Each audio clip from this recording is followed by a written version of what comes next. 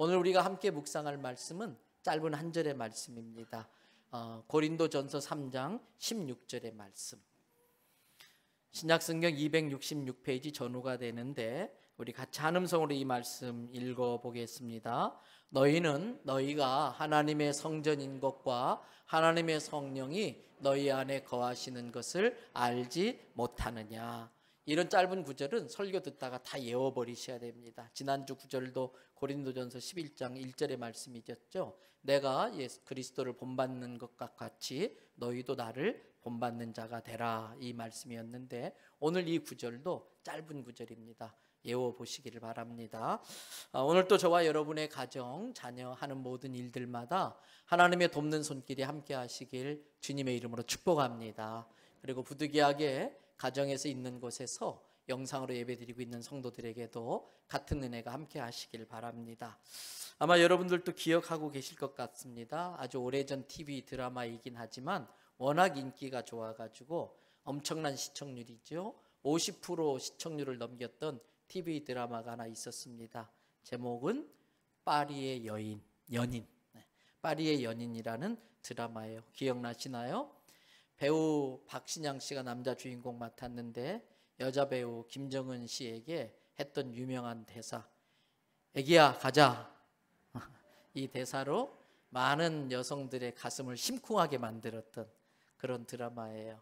근데 이 애기야 가자라는 대사만큼 아주 히트쳤던 대사가 그 드라마에 또 나오는데 여자 주인공을 놓고 경쟁관계에 있었던 박신양 씨와 경쟁관계에 있었던 남자 배우 이동건 씨가 또 이렇게 여자 배우에게 한 이야기 있어요. 내 안에 너 있다. 감동이 없어요. 이렇게 좀 사람들이 좀 로맨틱해야지. 그런데 아십니까? 이 대사에 진짜 원조가 있습니다. 이 대사에 진짜 오리지널이 있습니다. 요한복음 14장에서 예수님이 이제 십자가 죽음에 대한 말씀을 하자 제자들이 두려움에 떨고 있어요. 그 제자들에게 해주신 말씀이 요한복음 14장 20절입니다. 우리 같이 한번 말씀 읽어볼까요? 그날에는 내가 아버지 안에, 너희가 내 안에, 내가 너희 안에 있는 것을 너희가 알리라. 그날에는 내가 아버지 안에, 또 너희가 내 안에, 내가 너희 안에 있는 것을 너희가 알게 된다라는 말씀이에요. 사랑하는 대연성결교 성도 여러분, 저는 이 말씀을 준비하면서 이 말씀을 곱씹고 또 곱씹어 봤어요. 짧지만 엄청난 말씀입니다. 우리가 예수님 안에 있고 예수님이 우리 안에 계시다는 말씀, 한번 생각해 보세요. 생각해 볼수록 엄청난 일 아닙니까? 이 말씀이 내게 엄청난 이야기로 느껴지지 않는 것은 이 말씀에 대한 믿음이 없기 때문에 그렇습니다. 이 말씀에 대한 믿음이 있는 사람만이 느낄 수 있는 감정입니다. 저는 바라기는 우리 대연성결교 모든 성도들에게 이 믿음이, 예수님의 이 말씀에 대한 믿음이 분명하게 있어서 내 안에 계시는 예수님을 실제로 느낄 수 있기를 바랍니다. 내 안에 계신 그 예수님과 교제를 하고 내 안에 계신 그 예수님의 능력을 힘입어서 그분과 동행하며 살며 승리하는 삶을 통해 먹든지 마시든지 무엇을 하든지 하나님께 영광 돌리며 사는 우리가 될 수 있기를 바랍니다. 여기서 그날은 내가 아버지 안에 있고 하는 이 그날은 예수님께서 하나님께 구해서 우리에게 성령님이 오시는 날을 의미합니다. 그날은 예수님이 하나님께 구해서 우리에게 성령이 오시는 날을 의미하는데 그런지 확인해 보겠습니다. 바로 앞에 나오는 구절이에요. 요한복음 14장 16절과 17절의 말씀. 내가 아버지께 구하겠으니 또 그가 또 다른 보혜사 성령님을 너희에게 주사 어떻게 해요? 영원토록 너희와 함께 있게 하리니 그는 17절 그는 진리의 영이라. 세상은 그 성령을 능히 받지도 못하고 알지도 못한다, 보지도 못한다. 그러나 너희는 다르다. 너희는 그 성령님을 알 수 있는데 그 성령님이 너희 안에 함께 함께 거하시고 너희 속에 계시기 때문이다. 여러분, 오늘이 예수님이 약속하신 그 성령님이 2000년 전 마가의 다락방에 강림하신 것을 기념하는 성령 강림 주일입니다. 유대인들이 하나님의 은혜로 출애굽한 것을 감사하면서 그때를 생각하면서 그때 먹었던 누룩 넣지 않는 빵을 먹으며 지키는 절기가 유월절입니다. 급하게 출애굽하게 돼서 곰팡이로 발효시킬 시간이 없으니까 밀가루에 그냥 물만 넣어가지고 그냥 가지고 나온 그 빵을 먹으면서 출애굽했던 그때를 떠올리면서 하나님 감사해요, 그러면서 기뻐하며 지키는 절기가 유월절이에요. 그런데 그 다음 날부터 유대인들은 추수를 시작합니다. 그래서 첫 번 추수를 한다 그래서 초실절이라고 이야기를 합니다. 그때부터 유대인들은 7주 동안 밀을 수확하고 77이 49, 50일째 되는 날 모든 수확을 마무리합니다. 그리고 그때 거둔 새 곡식을 가지고 음식을 만들어서 하나님께 제사를 드리고 또 음식을 만들어 먹으면서 잔치를 벌립니다. 이날이 7일마다 찾아오는 안식일을 7번째 맞이하게 됐다 그래서 77절이라고도 하는 오순절인 겁니다. 여러분, 이 절기가 갖고 있는 신약 성경적 의미가 있습니다. 예수님이 우리를 대신해서 십자가에 죽으셨다가 며칠 만에 부활하시지요? 3일 만에 부활하세요. 그 부활하신 날이 언제인지 아십니까? 유월절 바로 다음 날. 앞에서 구약 성경에 유월절 바로 다음 날 첫 열매를 거두는 날 무슨 절기라고 그랬습니까? 초실절. 여러분, 바로 예수님께서 유월절 다음 날 부활하셨다고 하는 것은 부활의 첫 열매가 되셨다는 뜻이에요. 여러분, 만약에 부활의 열매가 예수님 한 분뿐이라면 첫 열매라는 표현을 안 썼을 거예요.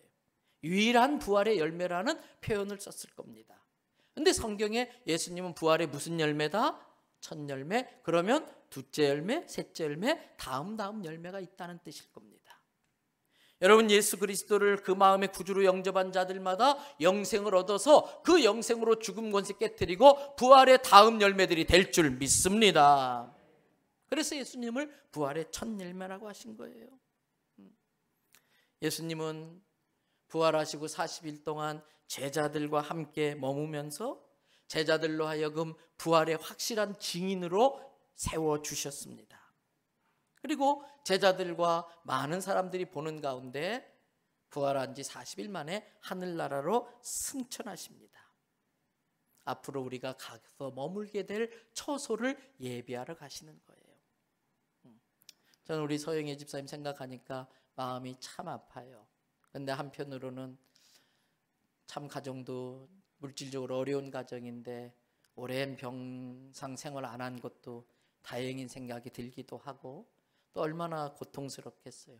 그 고통이 짧은 것도 다행스럽다는 생각도 들고 무엇보다도 인간적인 좀 일찍 돌아가셔서 그러한 아쉬움은 있지만 진짜 그 서영애라고 하는 한 인간의 영혼은 영원히 죽지 않고 우리 주님이 예비하신 하늘나라에 있는 줄로 믿습니다. 우리도 가게 될 그곳에 먼저 가신 거지요. 그 예수님께서 우리가 영원히 머물 처소를 예비하러 하늘나라로 승천하시는데 바로 직전에 제자들에게 해주신 말씀이 있습니다. 사도행전 1장 4절과 5절의 말씀이에요. 사도와 함께 모이사 그들에게 분바에 이르시되 뭐라고 그랬어요? 예루살렘을 떠나지 말아라. 그래서 내게서 들은 바, 예수님으로부터 들은 무엇을? 아버지께서 약속하신 것을 기다려라. 예수님이 제자들에게 이야기해 주신 거예요. 얘들아, 하늘 아버지께서 약속한 게 있어. 너희가 그것을 곧 선물로 받을 거야. 그게 5절입니다. 다 같이 읽겠습니다. 요한은 물로 세례를 베풀었으나 너희는 몇 날이 못되어 성령으로 세례를 받으리라 하셨느니라. 할렐루야. 나는 하늘나라로 승천하지만 너희들 두렵다고 떠 흩어지면 안 돼. 예루살렘에 모여. 그리고 하나님이 나를 통해서 너희에게 알려주신 약속하신 그것을 기다려. 그러면 며칠 못 돼요. 몇 날 못 돼요. 성령을 선물로 받을 거야. 여러분, 예수님의 승천을 직접 목격한 제자들은 입이 떡 벌어져서 다물어지질 않았겠죠. 왜? 자기들 보는 앞에서 예수님이 구름 타고 올라가시니까. 그런데 그 놀라움도 잠깐, 예수님이 보이지 않자 마음에 갑자기 두려움이 확 찾아와요. 또 지난번처럼 자기들만 남겨졌다고 하는 그 생각에 두려운 마음이 싹 들었어요. 근데 그때 베드로가 중심을 잡습니다. 얘들아, 우리가 지난번처럼 이번에는 지난번처럼 흩어지지 말고 예수님 말씀하신 대로 우리 똘똘 뭉쳐서 예수님이 시킨 대로 기도하자. 하나님이 약속하신 것을 기다리자. 그리고 그 예수님의 말씀대로 마가의 다락방에 모여가지고 이 제자들이 열심히 기도하는 거예요. 하나님, 예수님을 통해 우리에게 약속하신 그것을 보내주세요. 하나님, 우리에게 성령의 세례를 베풀어 주세요. 막 기도한 거예요. 사랑하는 대연성결교회 성도 여러분, 교회는 흩어지는 것과 모이는 것을 잘해야 됩니다. 일단은 잘 모여야 됩니다. 그렇게 모여가지고 하나님이 약속하신 것, 이 하나님의 말씀을 붙들고 또 성령님을 구하면서 열심히 기도해야 돼요. 성령님이 임하실 때까지 기도해야 됩니다. 그렇게 해서 성령 세례를 받고 나면 그 다음에는 흩어지는 걸 잘해야 돼요. 여기가 좋사오니 여기에다가 텐트 3개 짓고 우리 예수님과 함께 우리끼리 재밌게 놉시다. 이건 교회가 아니에요. 흩어져야 돼요. 우리가 흩어지지 않으면 하나님은 핍박을 통해서라도 흩어지게 만드시는 분이기 때문에 그 전에 알아서 흩어져야 돼요. 흩어져서 뭐 합니까?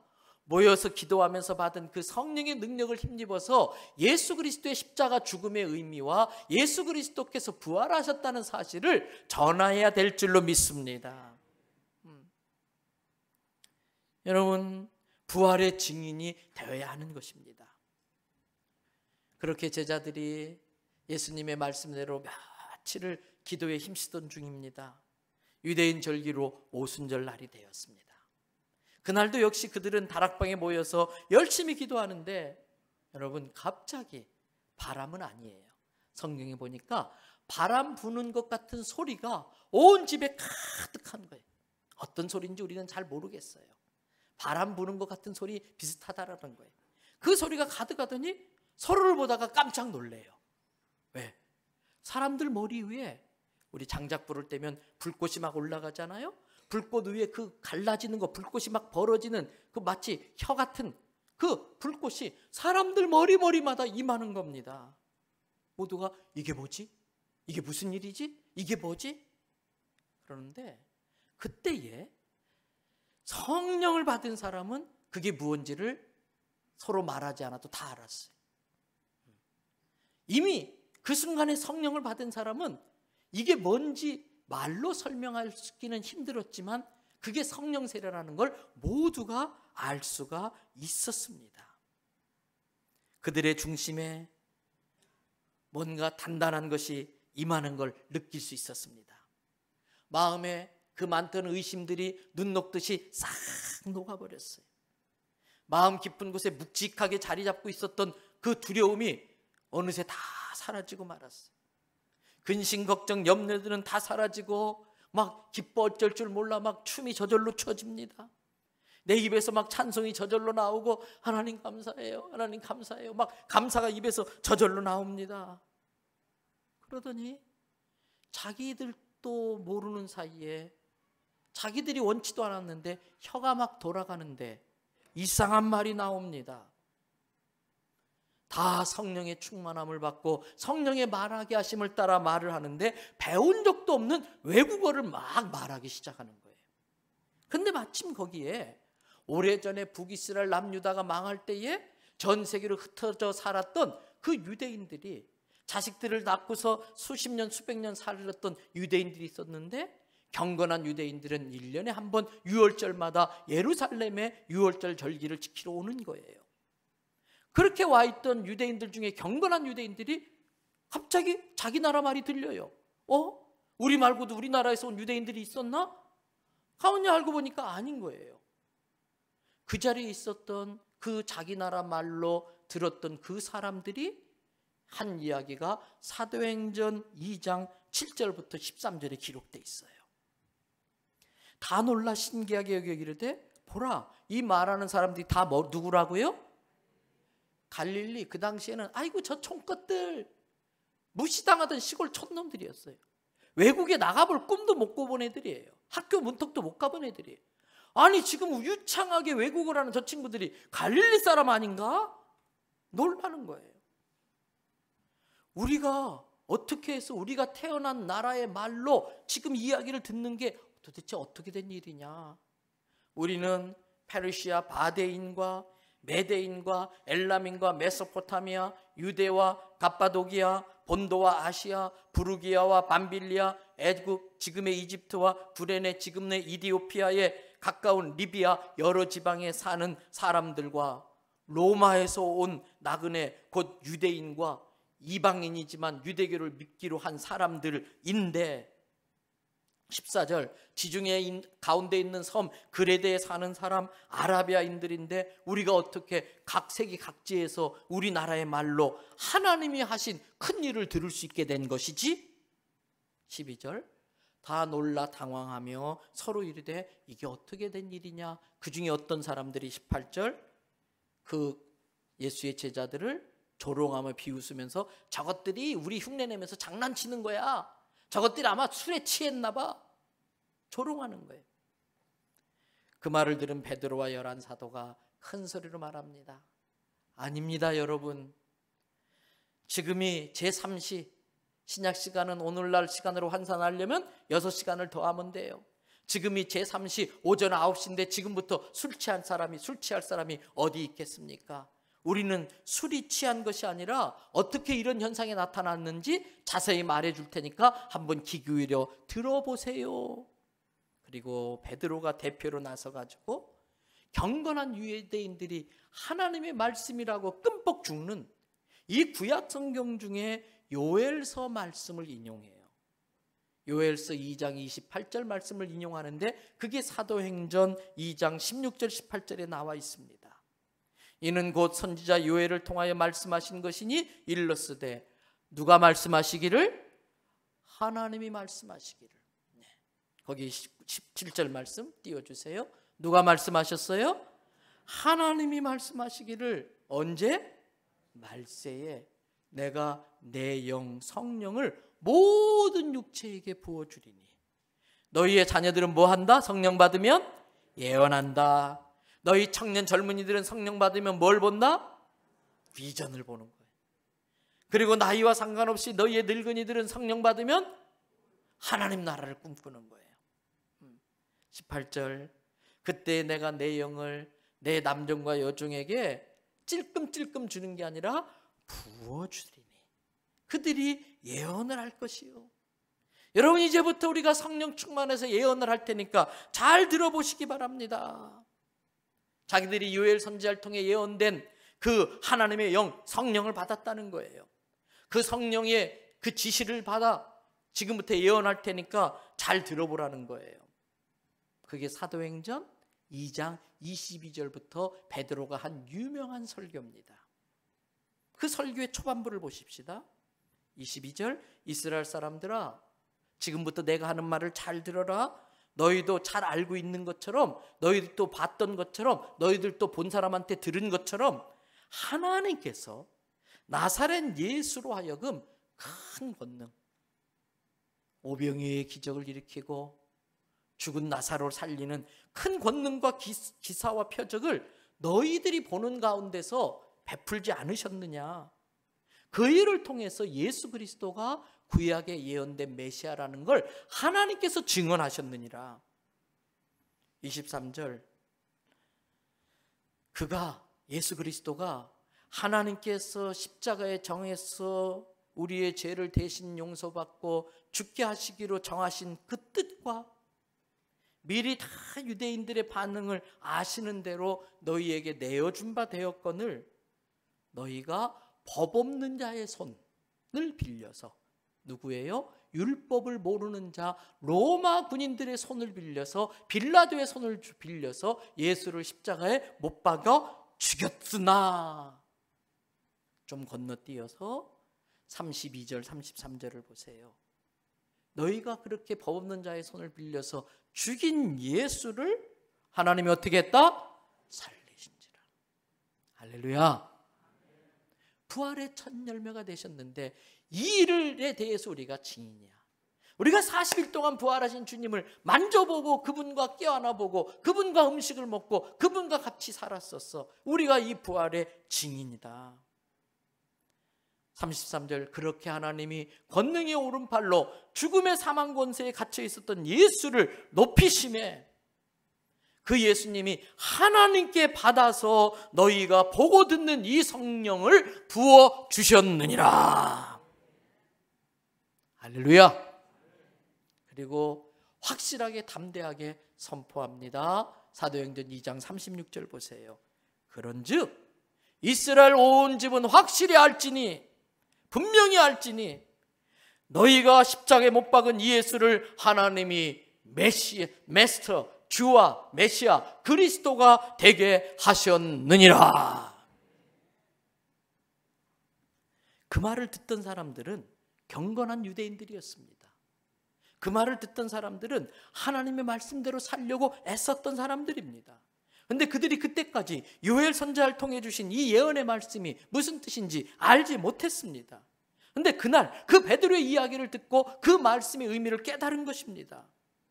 자기들이 예수를 십자가에, 강도 바라바는 놔주고 예수는 십자가에 못 박아야 됩니다 소리쳐가지고 십자가에 못 박아 죽게 한 그 예수가 메시아였구나, 하나님의 아들 그리스도였구나, 그걸 깨닫는 거예요. 그러자 그 순간 그들은 두려워서, 너무나 두려워서 견딜 수가 없어요. 막 벌벌벌 떨리는데 두려워서 견딜 수가 없어요. 그때 옆에 있는 예수의 제자들의 옷자락을 붙들고 막 소리치는 겁니다. 그게 사도행전 2장 37절이에요. 다 같이 함께 읽겠습니다. 그들이 이 말을 듣고 마음에 찔려 베드로와 다른 사도들에게 물어 이르되 형제들아 우리가 어찌할꼬 하거늘. 형제들아 우리가 어떻게 하면 좋겠냐, 우리가 그런 끔찍한 일을 저질렀는데 우리가 다 망하게 되었다, 어떻게 하면 우리가 살 수 있느냐, 자꾸 막 매달리는 거예요.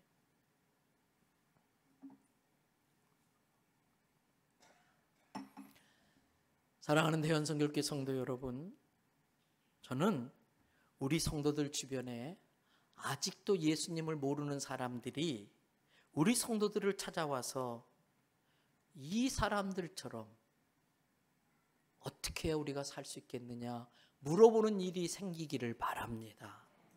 과장님, 제가 지금 죽을 맛이에요. 이럴 때 저는 어떻게 하면 좋을까요? 과장님 좀 도와주세요. 김대리, 자네 교회 다닌다며 나 좀 살려주게. 요즘 애들 때문에 나 죽을 지경이야. 이군, 자네 대현성결교회 청년부라며 내가 지금 마누라랑 헤어지기 직전이야. 나를 위해서 좀 기도해 주지 않을라나? 이런 소리 듣게 만들어야 돼. 사랑하는 성도 여러분, 성도가 세상의 소망이 되기를 바랍니다. 교회가 어두운 세상에 한 줄기 빛을 비춰주는 등대가 되기를 바랍니다. 썩은 동아줄 붙잡고서 그거 언제 끊어질지 몰라 벌벌 두려워 떨고 있는 자들에게 영원히 끊어지지 않을 튼튼한 예수 동아밧줄을 쥐어주는 성도 되시기를 축복합니다. 우리가 어찌할꼬?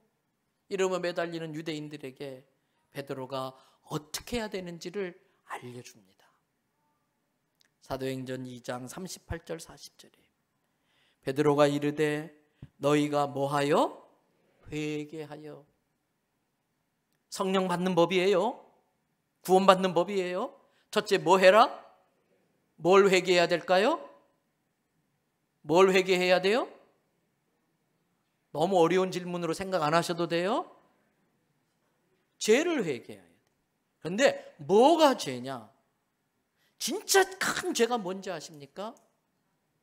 하나님을 알려고 하지도 않고 하나님을 깨닫지도 못하고 하나님을 믿지도 않는 게 제일 큰 죄예요.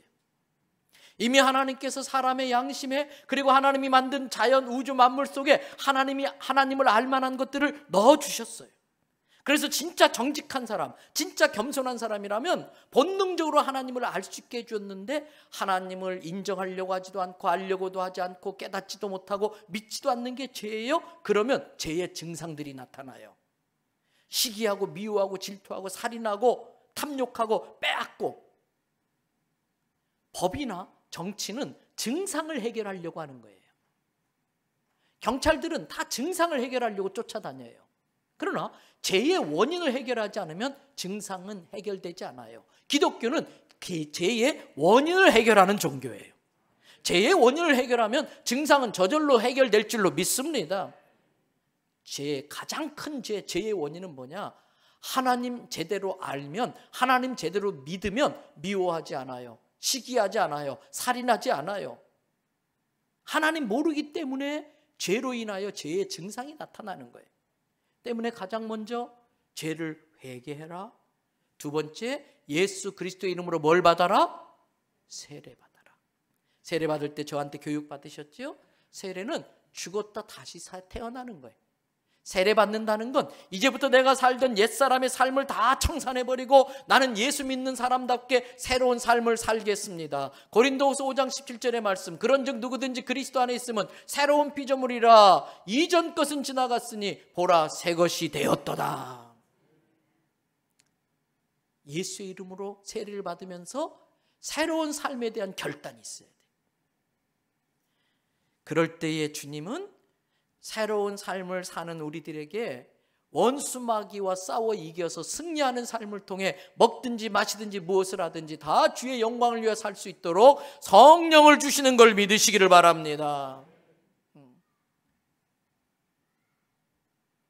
그것은 약속이에요. 그런데 그 약속은 차별이 없어요. 이방인이든 유대인이든 먼 데 있든 가까운 데 있든. 39절 말씀 보세요. 다 같이 읽습니다. 이 약속은 너희와 너희 자녀와 모든 먼 데 사람 곧 주 우리 하나님이 얼마든지 부르시는 자들에게 하신 것이라 하고, 하나님은 어떤 흉악한 죄인이라도 얼마든지 부르실 수 있는 줄로 믿습니다. 깨끗하고 착하고 더럽고 추하고, 사람의 기준에 깨끗하고 착하고 있는 것이지 하나님 볼 땐 다 추한 죄인이에요. 오직 우리는 하나님의 은혜로 부름받는 거예요.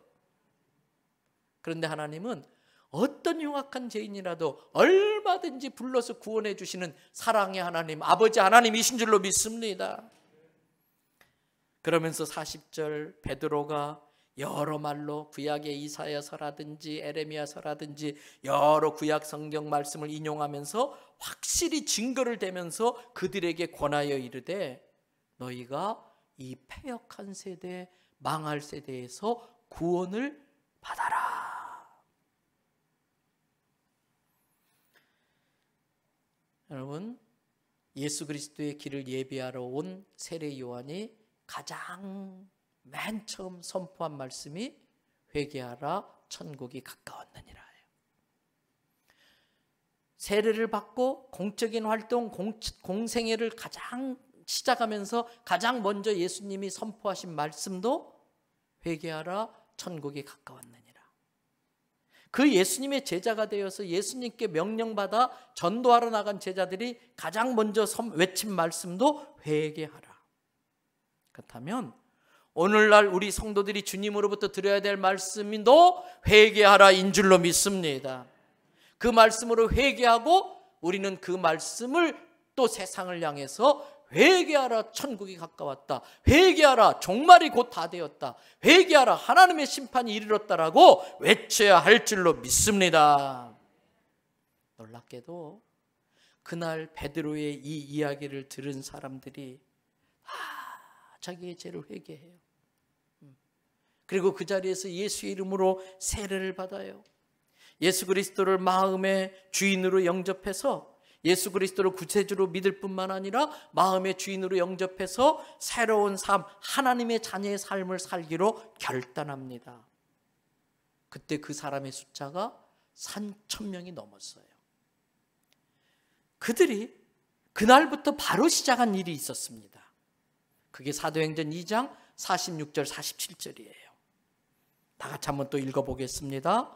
날마다 마음을 같이하여 성전에 모이기를 힘쓰고 집에서 떡을 떼며 기쁨과 순전한 마음으로 음식을 먹고 47절 하나님을 찬미하며 또 온 백성에게 칭송을 받으니 주께서 구원받는 사람을 날마다 더하게 하시니라. 할렐루야.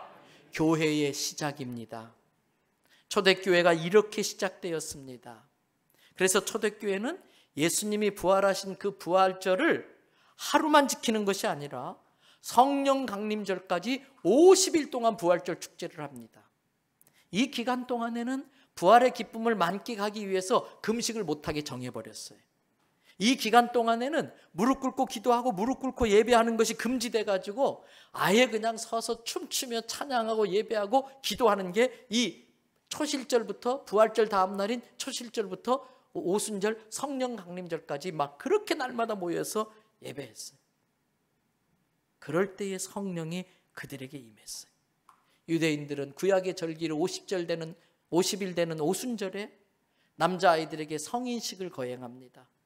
하나님의 율법을 받아서 율법대로 살겠다는 결단을 하는 성인식을 합니다. 그러나 그리스도인들은 다시 오실 주님의 날까지 부활의 증인으로 살아갈 수 있기 위하여 성령을 선물로 받는 날로 성령 강림절을 지켰습니다. 그렇습니다. 교회는 성령님이 강림하시고 함께 하셔야 진짜 교회가 될 수 있습니다.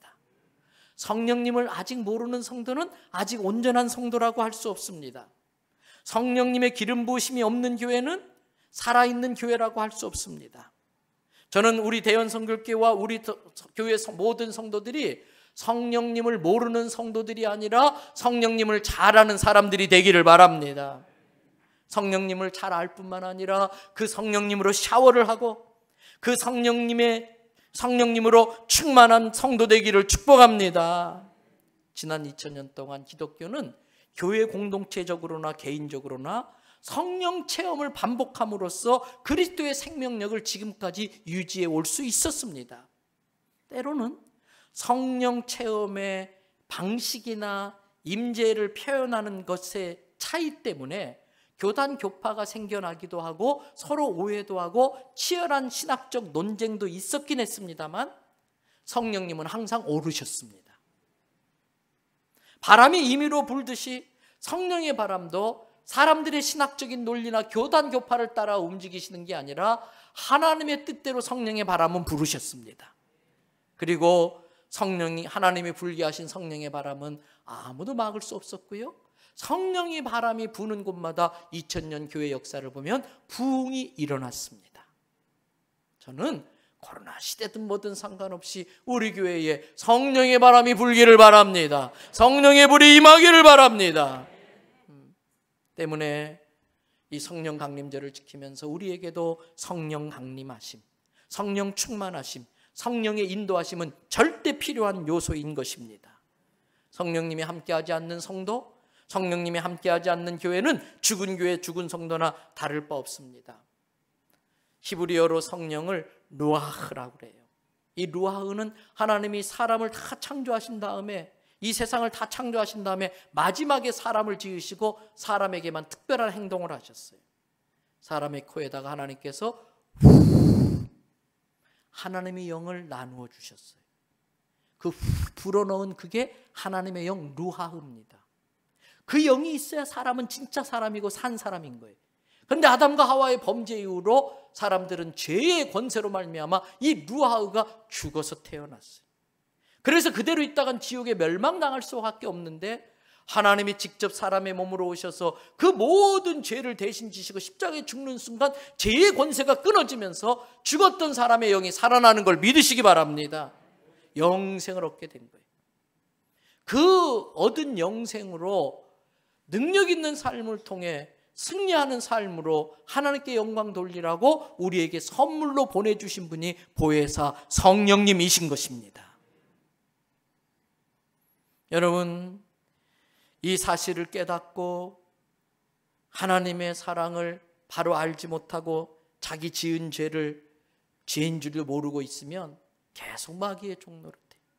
영혼이 죽으면은 짐승만도 못한 짓을 해요. 왜? 어떤 피조물보다 하나님의 창조성을 물려받은 사람이 우리 인간들이에요.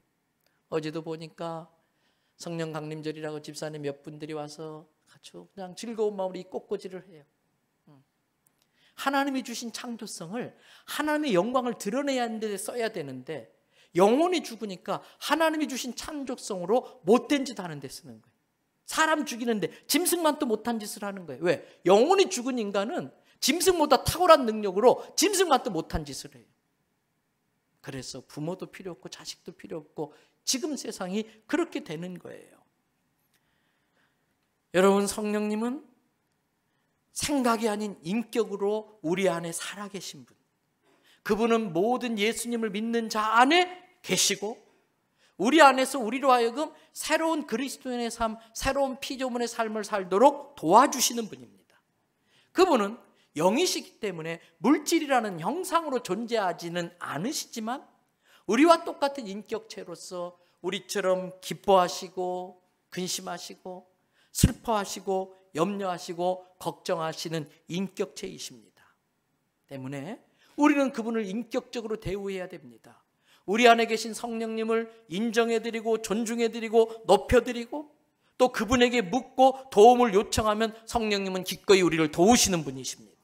우리에게 지혜를 주시고 갈 길을 인도해 주시고 예수님의 말씀이 기억나게 해주시고 악한 마귀를 이길 힘과 능력을 주시는 분이십니다.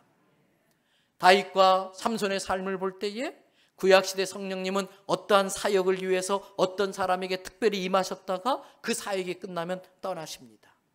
그러나 신약의 성령님은 예수님이 십자가에 죽으실 때에 세상과 거룩한 하나님의 장소를 가로막고 있었던 휘장을 쫙 찢어버림으로써 우리가 직접 하나님께 나아갈 수 있는 산 길을 열어 놓으셨습니다.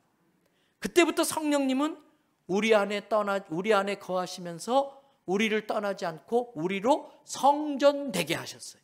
뭐 되게 하셨다고요? 그게 본문 말씀이에요. 아까 외우셨지요.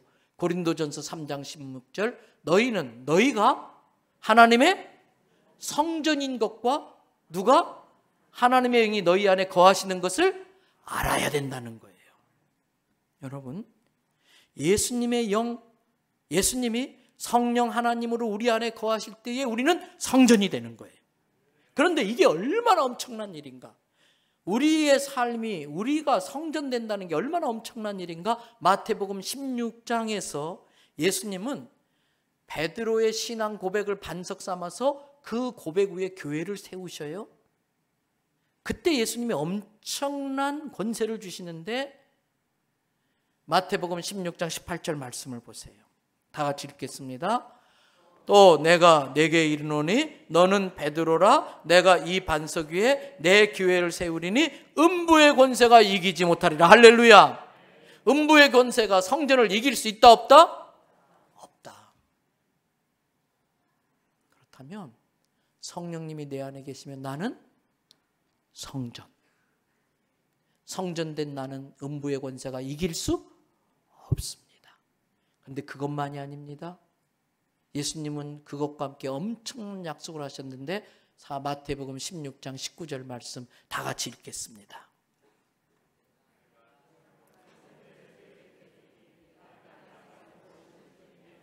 하늘에서도 매일 것이요 내가 땅에서 무엇이든지 풀면 하늘에서도 풀리리라. 할렐루야.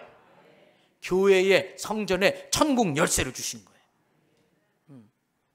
여러분, 이 천국 열쇠는 내 입에서 나가는 복음입니다. 우리는 부지런히 이 열쇠를 사용해야 됩니다. 만나는 사람들마다 천국에 들어갈 수 있도록 천국 문을 열쇠를 가지고 천국 문을 열어줘야 돼. 복음을 전하는 게 천국 문을 열어주는 거예요. 그 사람이 그 복음을 받아들이고 천국 문을 밀고 들어가면 천국 가는 것이고 에이 조롱하고 웃고 받아들이지 않으면 그 사람은 천국 못 가는 거예요. 이제 말씀 마칩니다. 오늘 성령 강림절을 지키면서 성령님이 그 안에 거하는 성도, 그래서 하나님의 성전되는 성도 되기를 축복합니다. 그리고 그 교회에 주신 그 천국 열쇠로 하늘문을 열어주고 성령의 능력으로 음부의 권세를 이기는 성도 되시기를 바랍니다. 오늘 예수님께서 우리에게 말씀하십니다. 내 안에 너 있다. 그리고 하시는 말씀이 너 안에 나 있어.